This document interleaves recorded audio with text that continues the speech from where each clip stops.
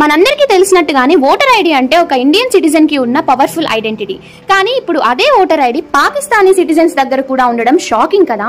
అదే రీసెంట్ గా ఇండియాలో డిపోర్టేషన్ కి ఫేస్ అవుతున్న కొన్ని Pakistani nationals Indian voter IDs ఇంకా ఆధార్ కార్డ్స్ ని చూపిస్తున్నారు.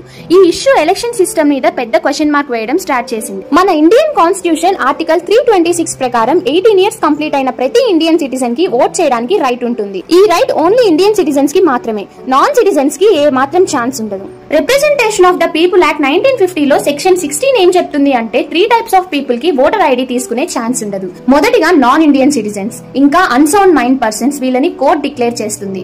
ఇంకా కరప్ట్ ఎలక్షన్ ప్రాక్టీసెస్ లో ఇన్వాల్వ్ అయిన వాళ్ళకి ఓటర్ ఐడీస్ ఉండవు. ఇంకా చెప్పాలి అంటే ఓటర్ రిజిస్ట్రేషన్ ప్రాసెస్ అనేది చాలా complicated thing. New voter register చేయాలి అంటే ఫామ్ 6 ఫిల్ చేయాలి. ఈ ఫామ్ లో citizenship, age, address details submit చేయాలి. ఈ ప్రాసెస్ ని మొత్తం హ్యాండిల్ చేయడం electoral registration officer the responsibility. అయితే ఈఆర్ఓ ని సపోర్ట్ చేయడానికి బూత్ లెవెల్ ఆఫీసర్స్ కూడా ఉంటారు. వాళ్ళకి ఫార్మ్స్, డాక్యుమెంట్స్ కలెక్ట్ చేయడం, హౌస్ వెరిఫికేషన్ డ్యూటీస్ ఇలా ఉంటాయి. కానీ ఇప్పుడిప్పుడే రైజ్ అయిన ప్రాబ్లం ఏంటి అంటే కొంతమంది నాన్ సిటిజన్స్ ఫేక్ డాక్యుమెంట్స్ వల్ల ఇండియన్ ఓటర్ ఐడి సంపాదించడం స్టార్ట్ చేశారు. వెరిఫికేషన్ వీక్ గా ఉండడం వల్లనే పాకిస్తానీ నేషనల్స్ కూడా ఓటర్ లిస్ట్ లో ఉన్నారు.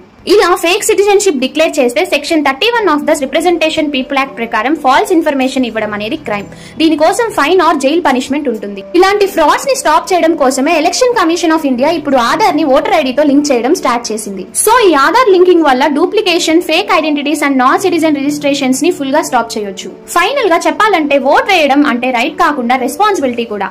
ఓన్లీ ట్రూ ఇండియన్ సిటిజన్స్ కి మాత్రమే ఈ రైట్ ఉండాలి. Fake voter IDs, false registrations ని కంట్రోల్ చేయడం అండ్ డెమోక్రసీని ప్రొటెక్ట్ చేయడం మనందరి డ్యూటీ. వీడియో నచ్చితే లైక్ చేయండి, షేర్ చేయండి అండ్ కామెంట్ లో మీ ఒపీనియన్ కూడా చెప్పండి. నాన్ సిటిజన్స్ కి ఓటర్ ఐడి రావడానికి రీజన్ ఏంటి? సిస్టమ్ లో ఎక్కడ లూప్ హోల్ ఉందనిపిస్తుంది మీకు? కామెంట్ చేయండి.